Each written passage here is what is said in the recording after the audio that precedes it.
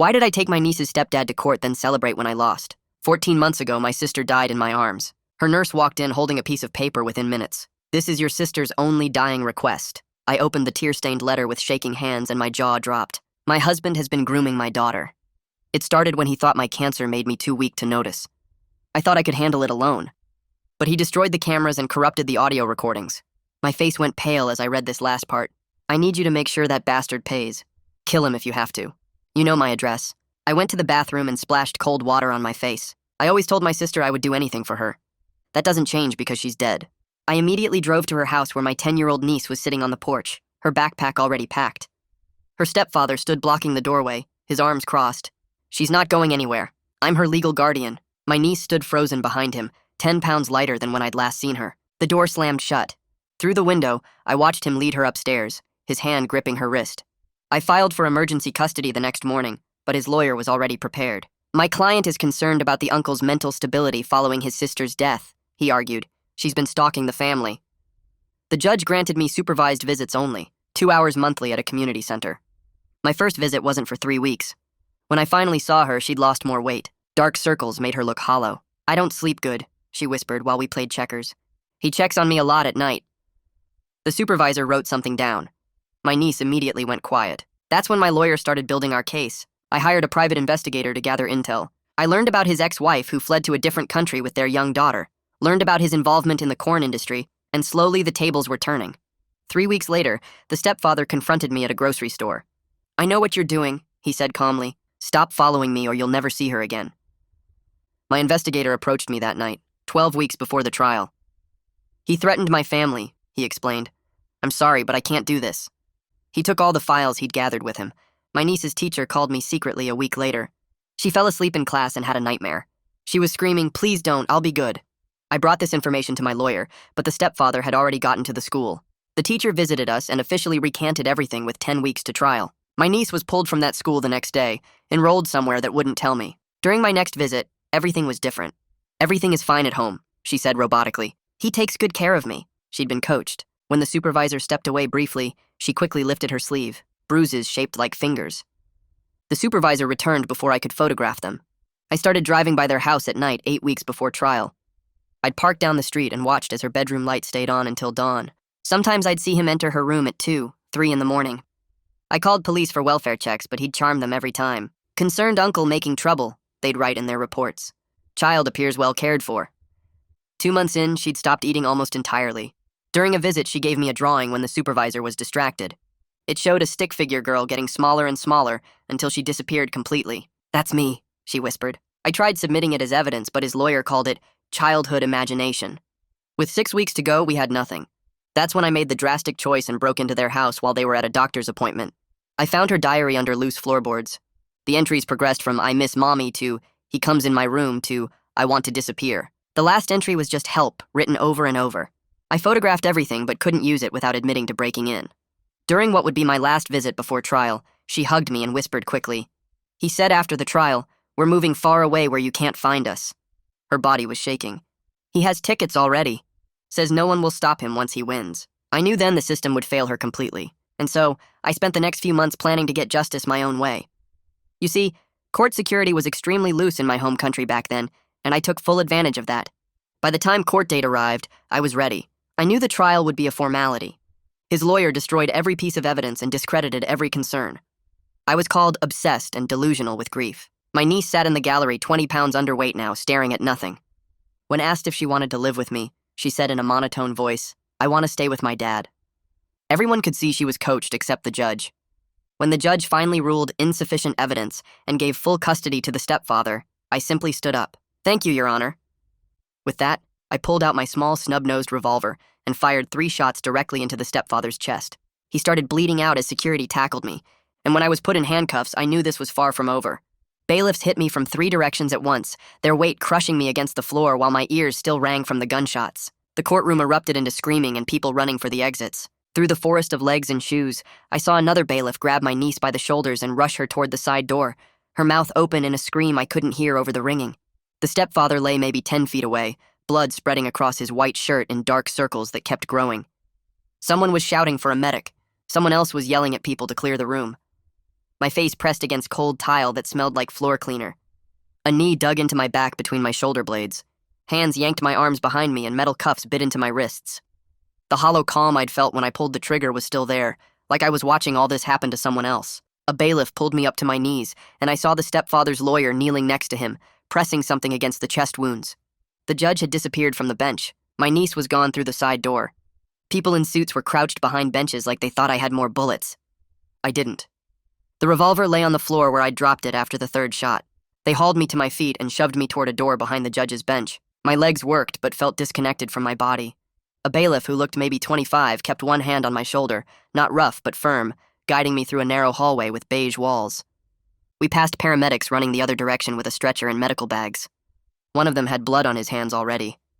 The young bailiff said something about child welfare being called for my niece, his voice quiet like he was trying to be kind. I wanted to tell him she needed protection from everyone who'd failed her up until now. I wanted to explain that the system had just given her back to a predator, but my mouth wouldn't form words. My tongue felt thick and my throat was closed up tight.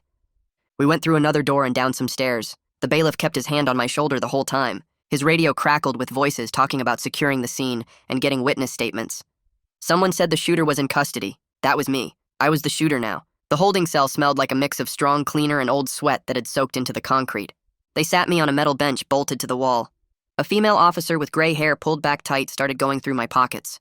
She took my wallet, my keys, my phone. She put everything in a clear plastic bag and wrote my name on it with a black marker. Another officer picked up the empty revolver from where someone had brought it down and sealed it in an evidence bag.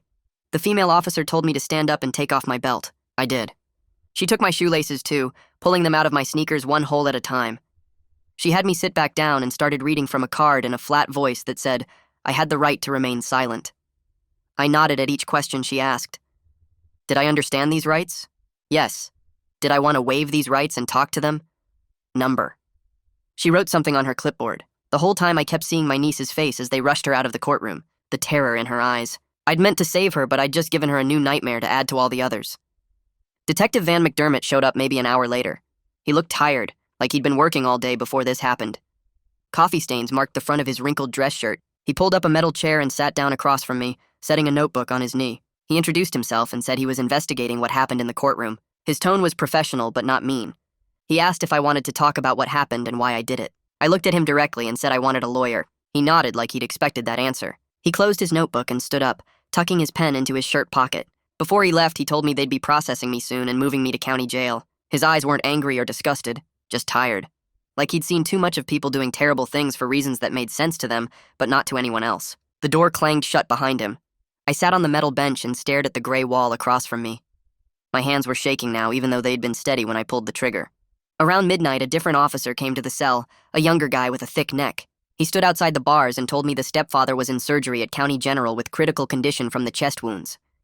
My stomach twisted up with this sick mix of relief that he might die and fear about what would happen to me if he did.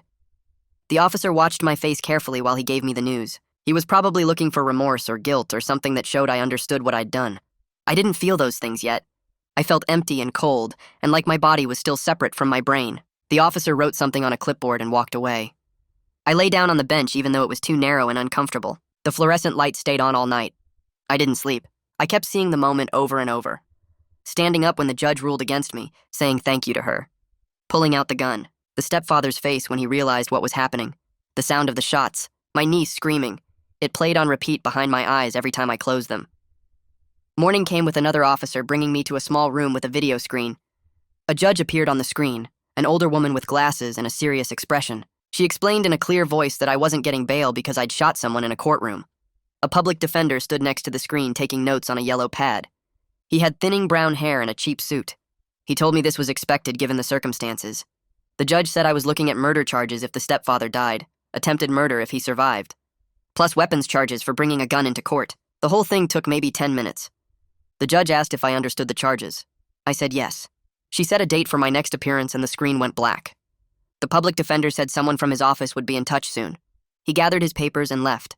An officer took me back to the holding cell. My arraignment was over. My life as I knew it was over too. Back in holding, a guard came and brought me to a different small room. A man in his early 30s sat at a metal table with a worn briefcase open in front of him. He had serious dark eyes and introduced himself as Nathaniel Elliott, my assigned public defender. He got right to business. laying out file folders on the table between us. He said he wasn't going to sugarcoat anything because I needed to understand the reality. I was facing decades in prison. Our only hope was building context for sentencing, not avoiding conviction. There was no path where I walked away from this. The best we could do was try to reduce how long I'd be locked up. He asked me to tell him everything, starting with my sister's death and the letter she left. His pen moved across his notepad as I talked. He didn't interrupt or judge. When I finished, he closed his notebook and looked at me with those serious eyes. He said we had a lot of work to do and not much time to do it, but he'd fight for me as hard as he could within the limits of what the law allowed. Nathaniel opened another file and told me a woman named Geraldine Ward from CPS had already been assigned my niece's case. She was arranging emergency placement because my niece couldn't stay at the house where the abuse happened, and I obviously wasn't an option anymore since I was in jail for murder. He explained they'd do something called a forensic interview with her soon, where trained people would ask her questions about what happened at home. If she disclosed abuse, it could provide some context for why I snapped, though it wouldn't make the shooting legal. Nothing would make it legal. I'd still killed someone. But context might help at sentencing. Might mean the difference between 15 years and life. He asked if I had any family who could take her in. I mentioned my sister's cousin Kira, who lived a couple hours away. Nathaniel wrote down her name and said he'd pass that information to Geraldine. My niece needed stability and safety now. That was the priority, not me, not my case. Her. On day 2, Nathaniel came back with news. The nurse who'd given me my sister's letter had contacted the police. She was willing to testify about the chain of custody. She'd kept a copy of the letter and documented the exact time she handed it to me. This proved I had reason to believe abuse was happening. It wasn't much, but it was something real. It established that my sister tried to warn someone with her dying breath. Nathaniel said this testimony would be crucial for building our context argument. It showed I didn't just snap randomly. I had credible information from my dying sister that her daughter was harmed. The prosecution would argue I should have gone through proper channels. We'd argue I tried and the system failed. Neither argument would get me out of prison, but one might reduce how long I stayed there. Nathaniel left me copies of the nurse's statement to review. I read my sister's words again in the nurse's careful handwriting, her fear, her desperation, her plea for me to protect her daughter. I'd done what she asked. Now I'd pay the price. On day 3, an officer came to my cell in the afternoon. He stood outside the bars and watched my face carefully. He said the stepfather had died from his injuries without ever waking up.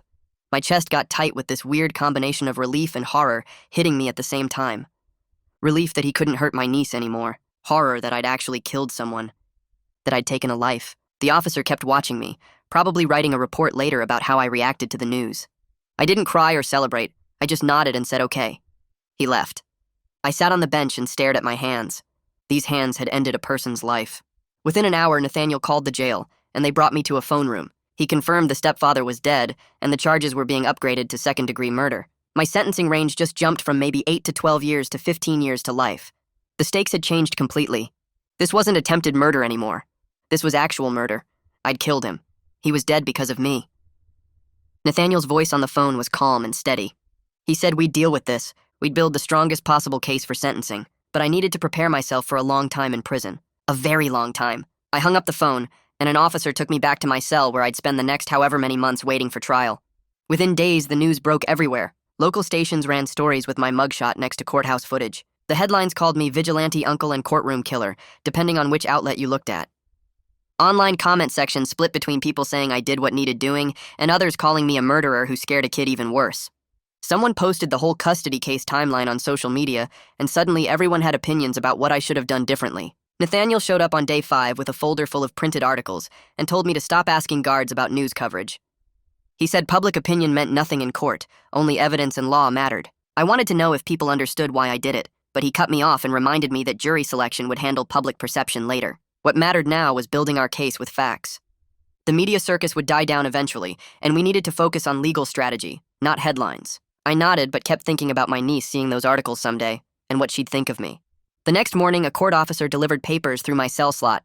The judge issued protective orders preventing any contact between me and my niece, not even letters or phone calls allowed.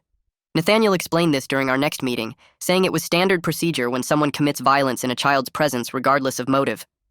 The court viewed me as potentially dangerous to her now, even though I'd been trying to protect her. He also mentioned the prosecutor was considering a gag order to prevent me from talking to media, though he said I should stay silent anyway since anything I said could hurt our case. I asked if the protective order was permanent, and he said it would stay in place at least through trial, and possibly longer depending on sentencing.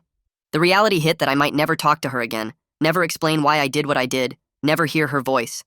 I'd killed someone to save her, and now I was legally barred from ever being near her. Nathaniel pulled out his notes from our previous meetings and started reviewing everything I'd told him about gathering evidence before the shooting.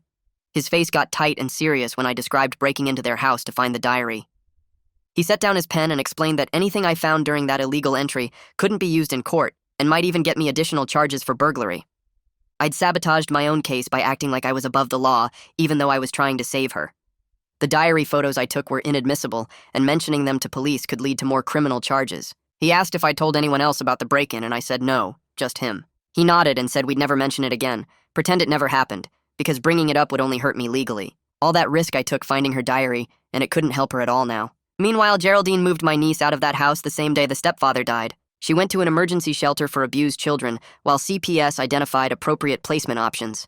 Nathaniel got word through official channels that they were scheduling a forensic interview, where trained specialists would ask her about what happened at home. These interviews use specific techniques to help kids disclose abuse without leading questions or pressure. I was desperate to know what she'd say, whether she'd finally tell someone the truth now that he couldn't threaten her anymore. But Nathaniel explained I wouldn't hear details because of the protective order and the ongoing investigation into my case. The interview results would go to CPS and possibly the prosecutor, but I was cut off from that information. All I could do was hope she felt safe enough to talk and that someone would finally listen to her properly. Detective Van started building a case around the abuse allegations using the nurse's letter as his starting point. He tracked down the teacher who'd originally called me about my niece's nightmare and got her to provide another statement now that the stepfather was dead and couldn't retaliate. Van applied for search warrants to examine the house, digital devices, and financial records for evidence of grooming behavior. Nathaniel said Van seemed genuinely invested in uncovering the truth rather than just closing my case quickly. Most detectives would focus only on the shooting itself, but Van was digging into why it happened. He was treating the abuse allegations seriously instead of dismissing them as my delusion. This gave me the first real hope that someone in the system might actually prove what that man did to her. The judge held a hearing on Van's warrant application and granted a limited search for evidence related to the planned relocation and materials suggesting ongoing abuse. It wasn't as broad as Van wanted, but it allowed his team to examine computers, phones, and documents related to travel plans. Nathaniel reminded me this investigation was separate from my criminal case, and even if they proved abuse happened, I still committed murder. The best outcome would be context for sentencing, not avoiding conviction. I understood but still felt relief that someone was finally investigating properly. Van's team executed the search warrant 2 days later and found printed tickets showing the stepfather and my niece were scheduled to fly to another state 3 days after the custody hearing. There was also a lease agreement for an apartment in that state starting the following week, first and last month's rent already paid. Nathaniel called this consciousness of guilt, explaining that the stepfather was planning to run with her before anyone could investigate properly. The plane tickets and lease proved he knew people were getting suspicious and wanted to disappear with her where I couldn't find them.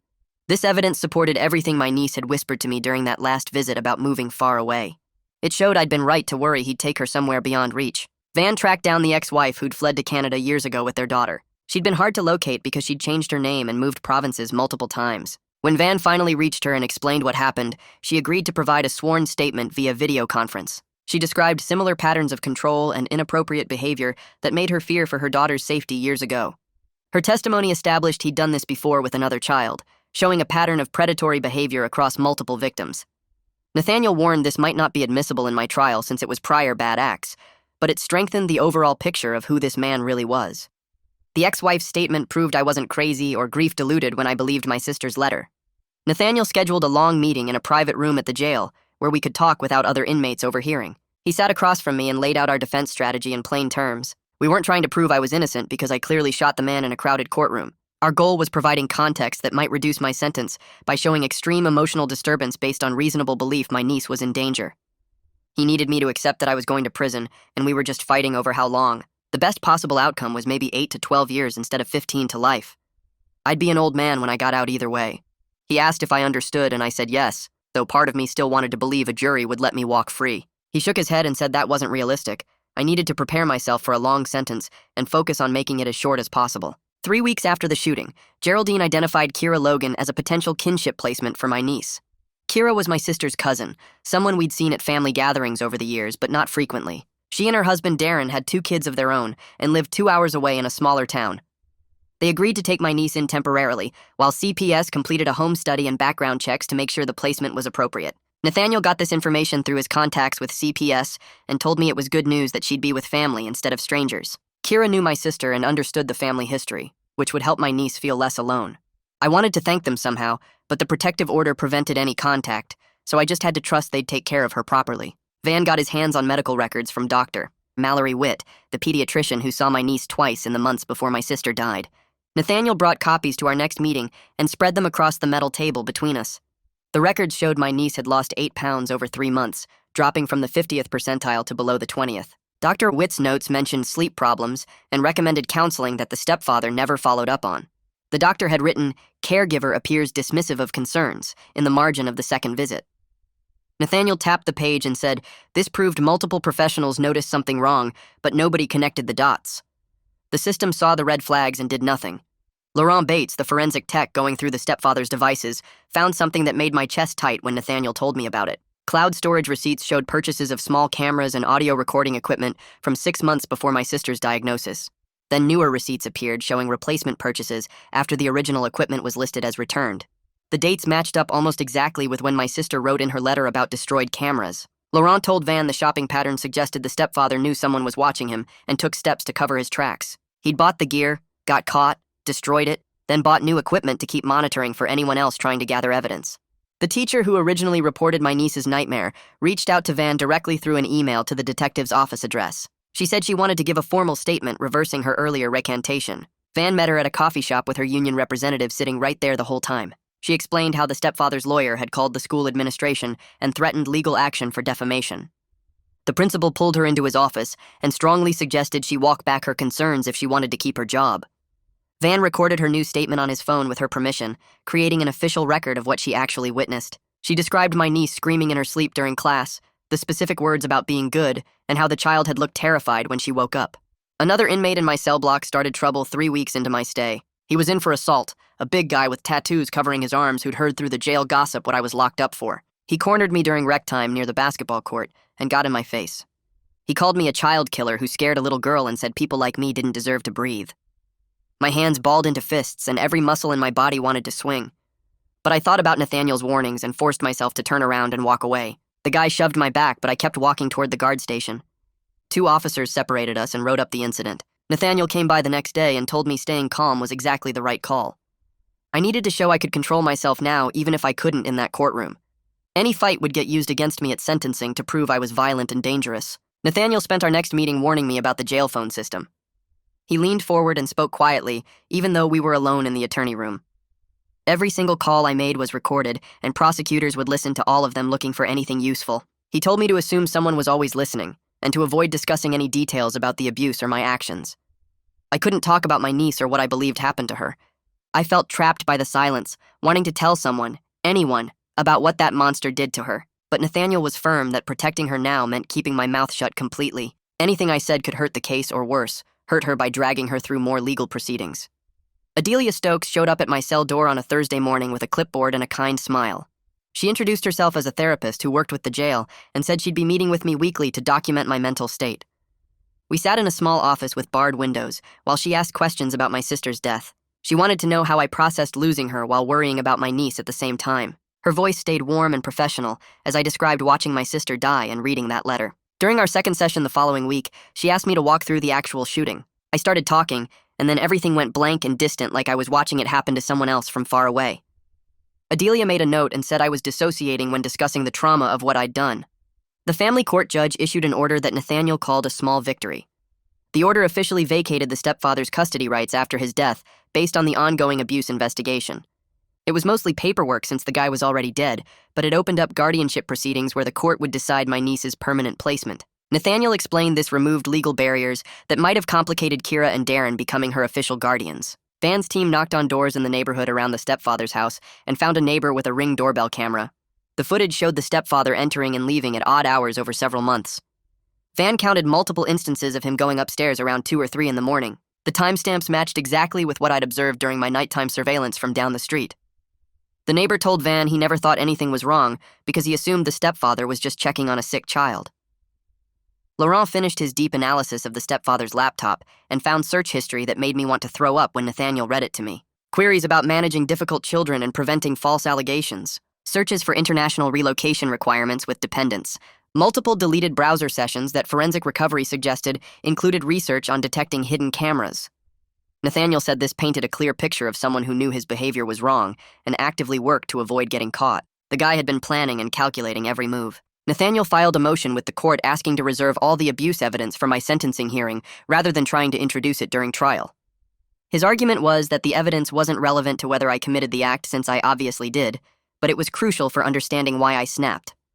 The prosecutor objected immediately, wanting to keep the focus purely on my actions rather than the stepfather's behavior. The judge said she'd take the motion under advisement and rule after reviewing all the evidence both sides submitted. 3 days after Nathaniel filed the motion, someone leaked the plane ticket information to a local news blogger. By that afternoon, my case was all over social media with people arguing about whether I was a hero or a killer. The blogger posted screenshots of the e-tickets showing the stepfather planned to fly out with my niece just 3 days after winning custody. Comments exploded with people saying the system failed her, and others saying I traumatized a child by shooting someone in front of her. Nathaniel called me that evening and told me Geraldine had to move my niece to a different location because reporters were staking out Kira and Darren's house. One news van followed Kira's car to the grocery store trying to get footage of my niece. Geraldine arranged for a police escort to take my niece to the school and back until the media attention died down. Nathaniel sounded tired when he explained that whoever leaked the information violated confidentiality rules, but he admitted it was shifting public opinion slightly in my favor. People were asking why the stepfather needed plane tickets if everything was fine at home. The leak created problems, but it also made people pay attention to the abuse evidence instead of just focusing on the shooting. I asked Nathaniel if the publicity would help my case, and he said judges don't care about public opinion, but it might make the prosecutor more willing to negotiate. 2 days after the leak went viral, Zachary Wu called Nathaniel and asked for a meeting. Nathaniel drove to the prosecutor's office and sat across from Wu for an hour discussing my case. When Nathaniel came to see me at the jail that afternoon, he had papers in his briefcase and a serious look on his face.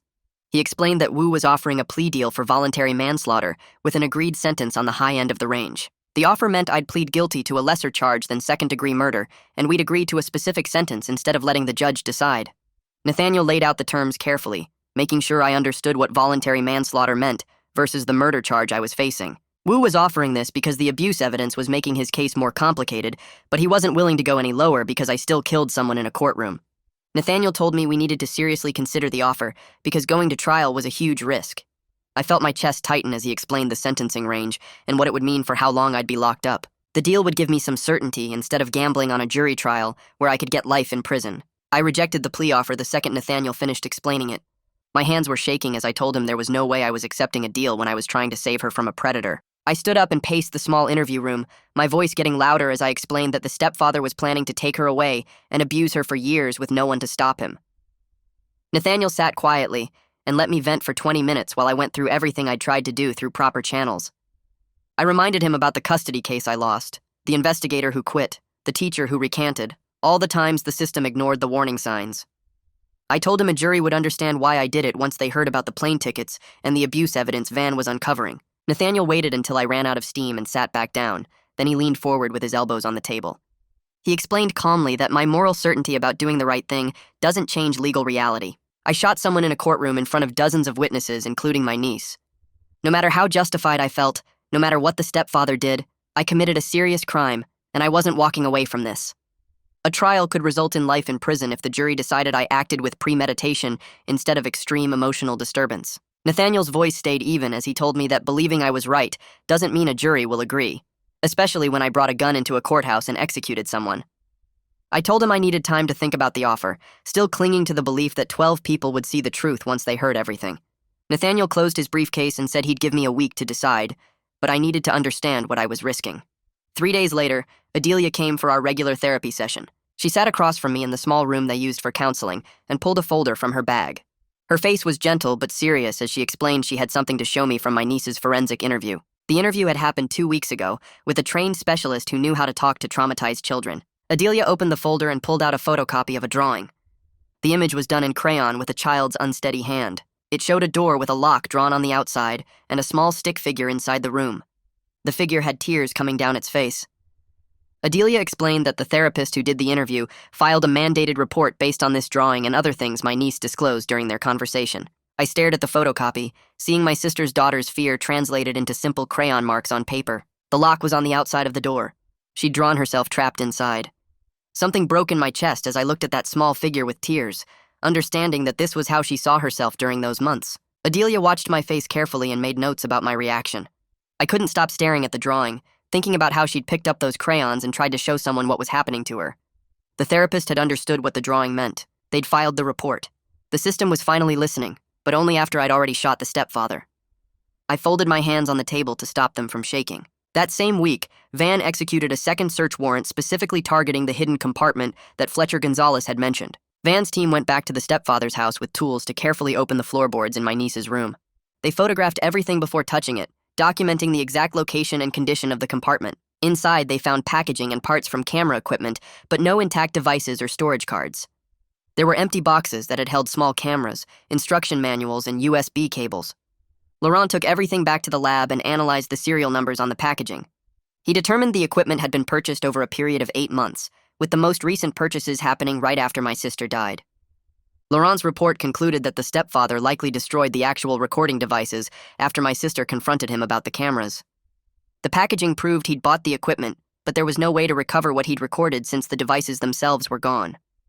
Van called Nathaniel and explained that this evidence was frustrating because it built the pattern of predatory behavior without giving them actual proof of what the stepfather had done.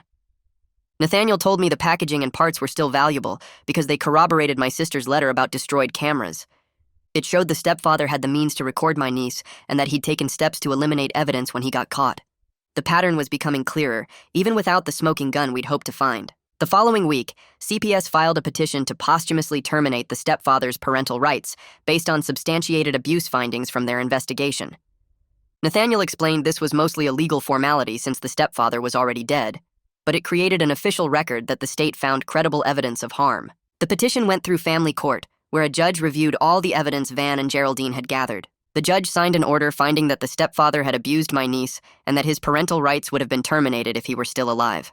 This order went into the official court record and the state database. Nathaniel brought me a copy of the order, and his face was more relaxed than I'd seen in weeks. He explained this record would be crucial during my sentencing because it validated my belief that my niece was in real danger. The court was officially acknowledging that the abuse happened and that the stepfather posed a threat to her safety.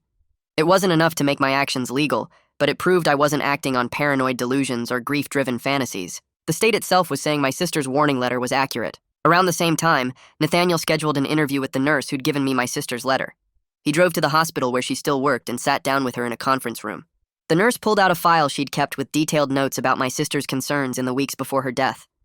She documented conversations where my sister talked about suspecting her husband was hurting their daughter.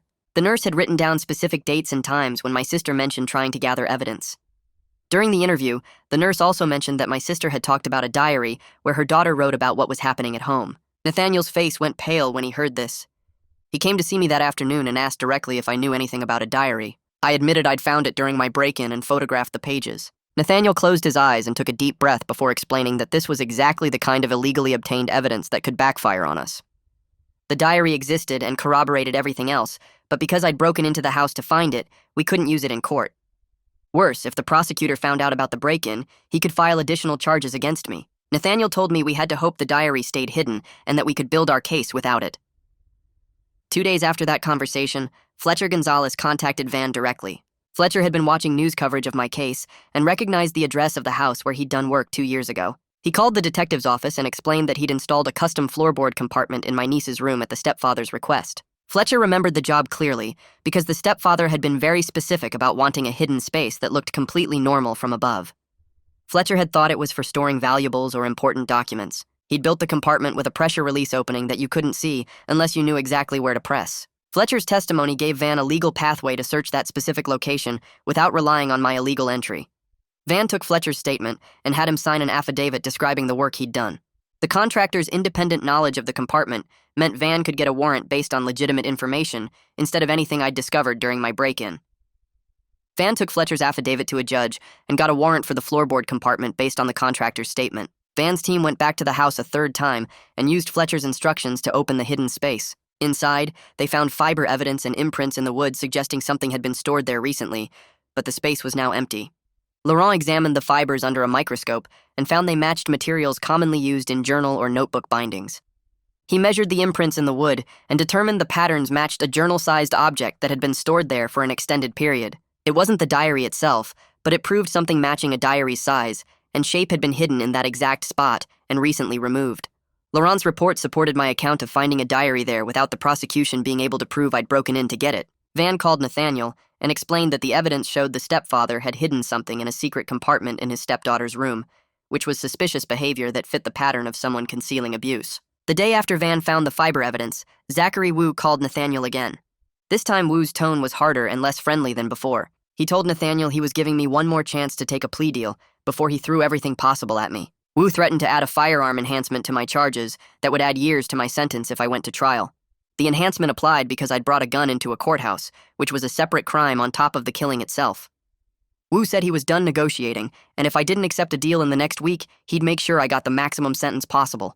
Nathaniel met with me that afternoon and explained that this was standard prosecutor pressure tactics. Wu was feeling the heat from the abuse evidence, but he was also genuinely prepared to make an example of me if I forced him to trial. Nathaniel's voice was serious as he told me the threat about the firearm enhancement was real. Judges really don't like courtroom violence because it undermines the entire justice system. If I went to trial and lost, the judge could easily give me the maximum sentence to send a message that you can't take the law into your own hands, no matter what your reasons are. I sat in that interview room staring at the concrete wall, finally understanding that my belief in doing the right thing might cost me the rest of my life in prison. Nathaniel reviewed my jail call logs the following week and told me the records showed I'd followed his instructions perfectly. Every conversation I'd had was about basic things like how I was doing or what books I was reading, nothing about the case or my niece. The guards submitted reports saying I'd avoided all fights even when other inmates tried to start something, and I'd followed every rule without complaint. Nathaniel explained this documented behavior would help at sentencing because it proved I could control myself when I wasn't in crisis mode. The prosecution would try to paint me as dangerous and unstable, but these logs showed I was capable of following rules and making good choices. I sat across from him in the interview room and felt weird pride in something so basic as not getting into trouble. Meanwhile, Geraldine submitted her monthly report to the court about my niece's placement with Kira and Darren. The report noted she'd gained 3 pounds since moving in with them, which was good progress.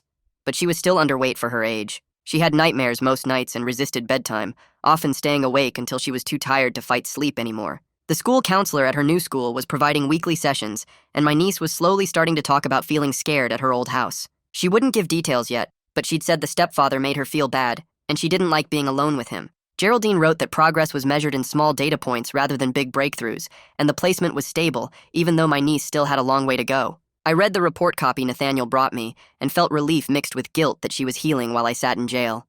Adelia met with my niece's therapist to develop a treatment plan that would address her specific trauma. They decided on something called cognitive behavioral therapy that would help her understand her thoughts and feelings weren't her fault. The plan included a safety protocol for when she felt triggered by memories or situations that reminded her of the abuse. The court also ordered the stepfather's house sold with all proceeds going into a trust fund for my niece's therapy and future needs. The money wouldn't fix what happened to her, but at least she'd have resources for college or whatever she needed later. Adelia told me during our next session that structure and routine were helping my niece feel less chaotic, even though she was still deeply wounded. Kids need to know what's coming next, and that the adults around them will keep them safe, and Kira and Darren were providing that stability. I asked if my niece ever mentioned me, and Adelia said she couldn't share details from the other therapist's sessions, which I understood but still hurt. Van worked with the Canadian authorities to verify Judith Chandler's background and the statements she'd made about the stepfather. The court received her sworn affidavit a few weeks later, and it included references to a report she'd filed with Canadian police years ago about his behavior toward their daughter. Judith wrote that he'd been inappropriate with their child in ways that made her uncomfortable, including entering the bathroom when their daughter was bathing and insisting on helping her dress even when she was old enough to do it herself. She'd reported these concerns to authorities, but nothing came of it because he denied everything, and their daughter was too scared to talk. Van contacted the Canadian Police Department directly and confirmed the report existed in their system, though no charges were ever filed. This pattern of behavior across multiple children in different countries was damning evidence that the stepfather had been grooming kids for years. Nathaniel said this affidavit strengthened our sentencing argument because it showed I'd acted on reasonable belief based on a documented pattern, not paranoid delusions. Zachary Wu called Nathaniel about 2 weeks after the Canadian affidavit was authenticated. Wu said he was willing to drop the firearm enhancement from my charges if I agreed to plead guilty and give up my right to appeal. He explained he was feeling pressure from the abuse evidence that kept piling up, and he wanted this case resolved without it turning into a media circus at trial. Nathaniel told me Wu was probably worried about losing public support if all the abuse details came out during a trial, and a plea deal would let him close the case quietly. Wu made it clear this was probably the best offer I'd get, and I needed to seriously think about whether fighting this was worth the risk of dying in prison. Nathaniel sat with me for over an hour going through the math of what a trial could mean versus accepting the plea. If I went to trial and lost, the judge could give me the maximum sentence just to make an example out of me for bringing violence into a courtroom. But if I took the plea, I'd have a defined sentence range and wouldn't risk spending the rest of my life locked up.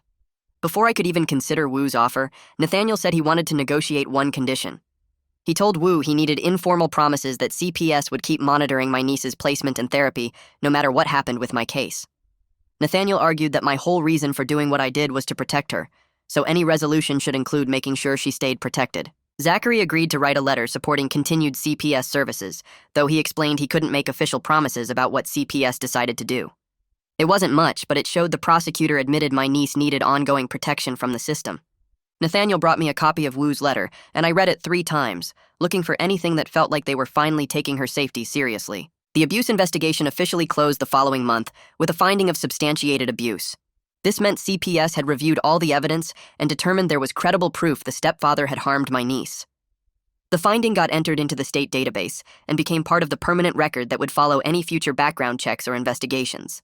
Nathaniel explained this substantiation was as close to winning as I was going to get, because the system was officially admitting it had failed her. No criminal charges would ever be filed against the stepfather since he was dead, but the record would show he'd abused a child in his care. I felt strange satisfaction knowing that even though I'd go to prison, everyone would know I'd been right about what was happening to her. The family court held a hearing about my niece's placement and granted temporary guardianship to Kira and Darren. Geraldine would continue as the supervising caseworker, checking in regularly to make sure everything stayed stable. My niece would stay with them while permanent guardianship got finalized over the next few months through more court proceedings and home studies. Kira sent word through Nathaniel that my niece was safe and adjusting to her new school, making friends and sleeping better than before. This was the first real relief I'd felt since the shooting, knowing she had people who would protect her the right way. Nathaniel and I spent hours over several visits drafting my allocution statement for the plea hearing. This was the part where I'd have to stand in front of the judge and admit what I did while explaining why I did it. We worked on language that acknowledged I shot the stepfather while I was under extreme emotional problems after getting real information my niece was abused. The statement needed to be honest without sounding like I was making excuses, accepting responsibility while giving context for my actions. We went through probably 15 different versions before we found words that felt right. Zachary, Wu, and Nathaniel finally worked out the complete plea agreement after another week of back-and-forth negotiations. I'd plead guilty to first-degree manslaughter with extreme emotional problems, which carried a sentencing range of 8 to 20 years. It wasn't the voluntary manslaughter charge I'd hoped for, but it was way better than the second-degree murder charge that could have meant life in prison. Nathaniel explained this was actually a fair outcome, considering I'd killed someone inside a courtroom in front of dozens of witnesses. The judge would make the final sentencing decision within that range, but at least I knew the worst-case and best-case scenarios now. Nathaniel came back 2 days later with papers for me to sign. He sat across from me in the interview room and put his briefcase on the metal table. "I need you to understand what a trial means for your niece," he said quietly. "She'd have to take the stand and answer questions about what he did to her. Zachary would cross-examine her about the details. Defense would try to poke holes in her story. She'd have to relive everything in front of a courtroom full of strangers while you sit there watching." I felt my stomach turn over thinking about putting her through that. She was just starting to eat again, just starting to sleep without waking up screaming. Nathaniel slid the plea agreement across the table. "This protects her from that. You take responsibility, she doesn't have to testify, and she can keep healing without being dragged back into the worst parts." I picked up the pen and signed my name on every line he marked. The decision felt clear once I understood what saying no would cost her. The plea hearing happened on a Thursday morning 3 weeks later. Guards brought me into the courtroom in handcuffs and an orange jumpsuit. The judge sat behind her big wooden desk looking tired. Nathaniel stood next to me while the court reporter typed everything into her machine. Zachary stood on the other side looking professional in his suit. The judge asked if I understood I was giving up my right to trial by pleading guilty.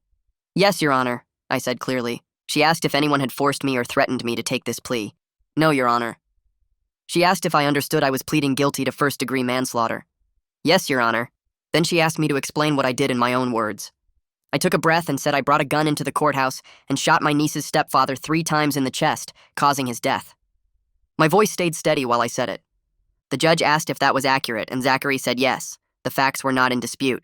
She accepted my plea and set a date for sentencing. Before we left the courtroom, Nathaniel made a motion asking the judge to excuse my niece from having to appear at sentencing. He explained she was 10 years old and in therapy, and making her come to court would be harmful to her recovery. Zachary didn't object to the motion. The judge agreed immediately and said my niece would not be required to attend or provide any statement. She scheduled the sentencing hearing for 4 weeks out to give both sides time to prepare their arguments. I felt grateful for this small protection, knowing she wouldn't have to see me in chains or hear people talk about what I did. She needed to move forward without being pulled back into the courtroom where I'd shot someone right in front of her. Nathaniel squeezed my shoulder briefly before the guards took me back to holding. 4 weeks later, they brought me back for sentencing. The courtroom was more crowded this time with people I didn't know sitting in the gallery. Detective Van took the witness stand first, wearing his detective badge clipped to his belt. Zachary asked him about the investigation into the abuse allegations. Van explained that CPS had substantiated the abuse after conducting interviews and reviewing evidence. He described the plane tickets they found, the ex-wife's statement from Canada, the medical records showing weight loss and sleep problems. He talked about the camera equipment receipts and the neighbor's doorbell footage.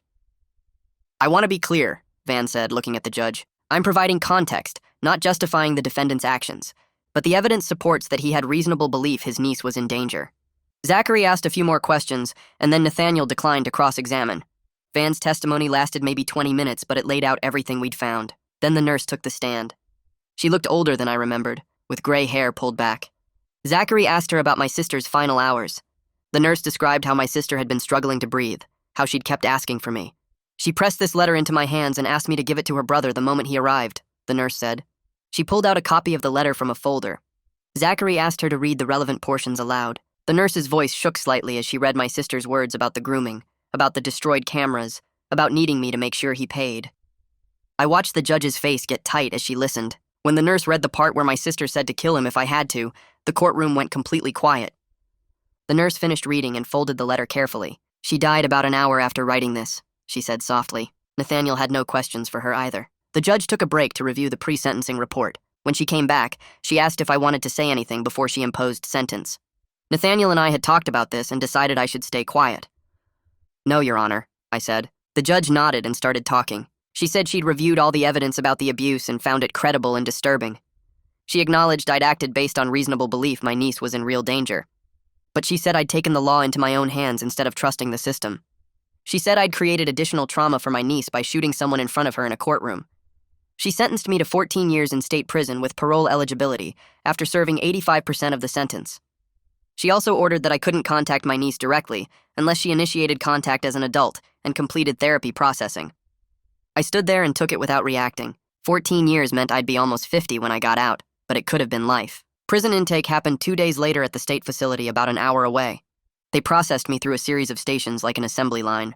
Strip search in a cold room with fluorescent lights, medical screening where a nurse checked my blood pressure and asked about mental health history, dental exam that found 3 cavities. They took my fingerprints again even though they already had them. They issued me prison clothes, bedding, and a clear plastic bag for my few approved items. A classification officer interviewed me about my crime and decided I'd go to general population rather than protective custody.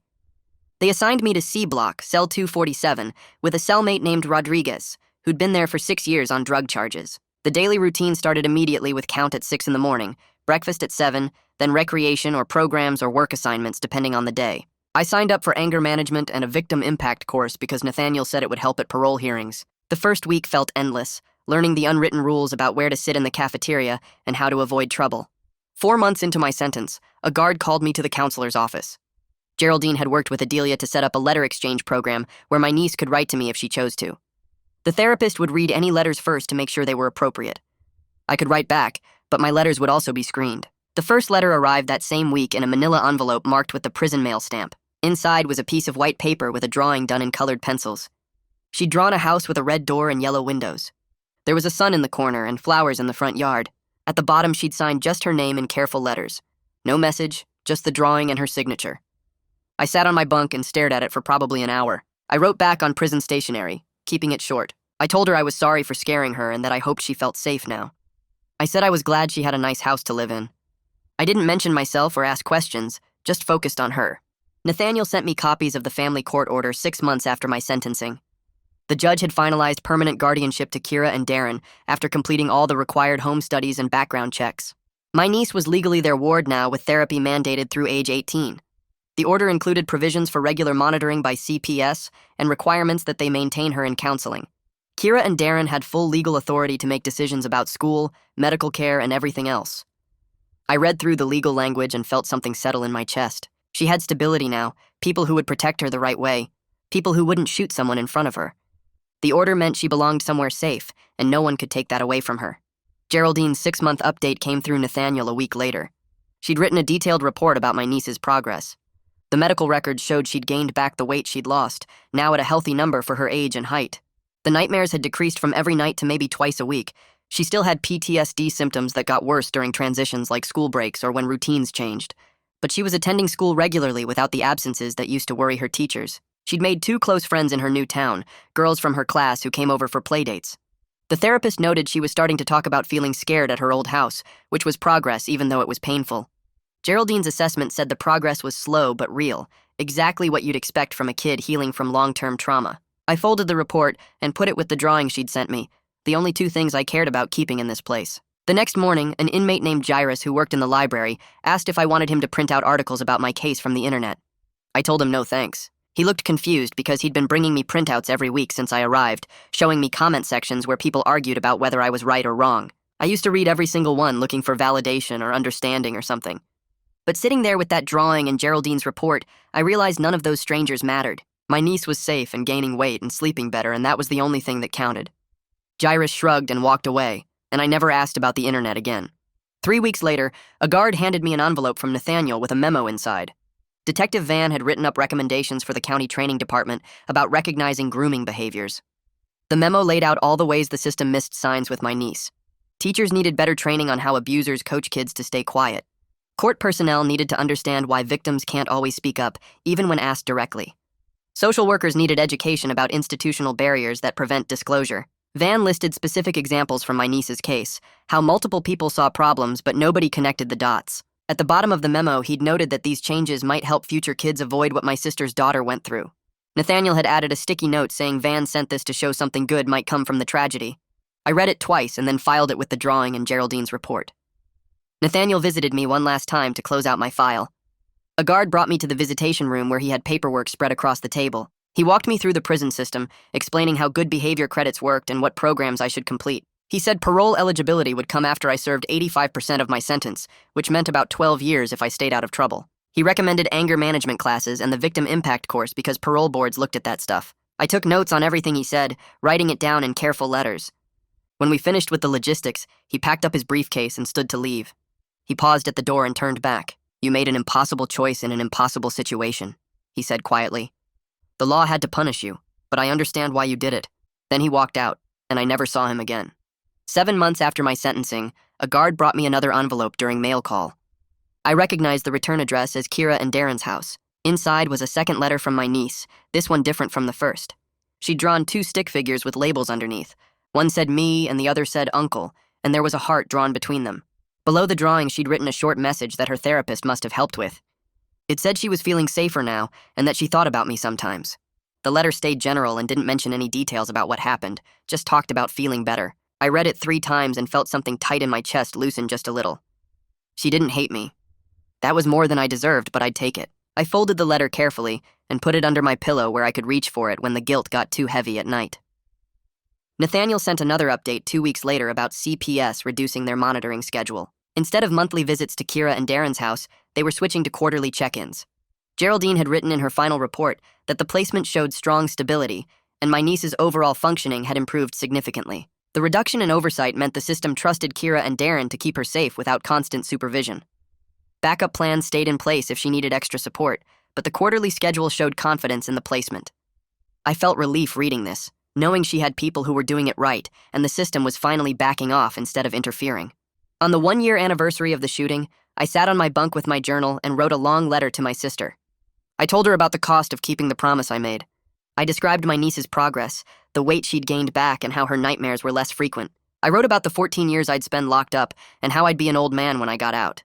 I explained the complicated truth that I stopped the harm, but created new trauma in the process. She saw me shoot someone. That violence would be part of her memory forever, mixed in with everything else. I wrote that I saved her from ongoing abuse but scarred her with what she witnessed in that courtroom. Writing it all out helped me accept that the answer wasn't simple or clean. There was no version of this where everybody came out okay. A request came through the prison mail system from a documentary filmmaker who wanted to interview me about the case. The letter explained they were making a film about vigilante justice and wanted my perspective. I read it once and threw it away. Instead, I filled out a form to send a package through the approved channel Geraldine had set up. I ordered a blank sketchbook from the prison commissary and had it mailed to my niece at Kira and Darren's address. I included a short note saying I hoped she'd fill it with happy drawings of her new life. It felt like the right thing to do, a quiet way to show I cared about her future without pushing myself into her healing process. She needed space to recover, and I needed to respect that. Sitting in my cell as the second year of my sentence began, I thought about how I lost in court, but stopped the harm that was destroying her. The future stretched out unclear and long. I'd be almost 60 when I got out, assuming I made parole on the first try. But my niece was gaining weight and sleeping better and learning she was safe with people who knew how to protect her properly. It wasn't the ending I imagined when I pulled that trigger in the courtroom.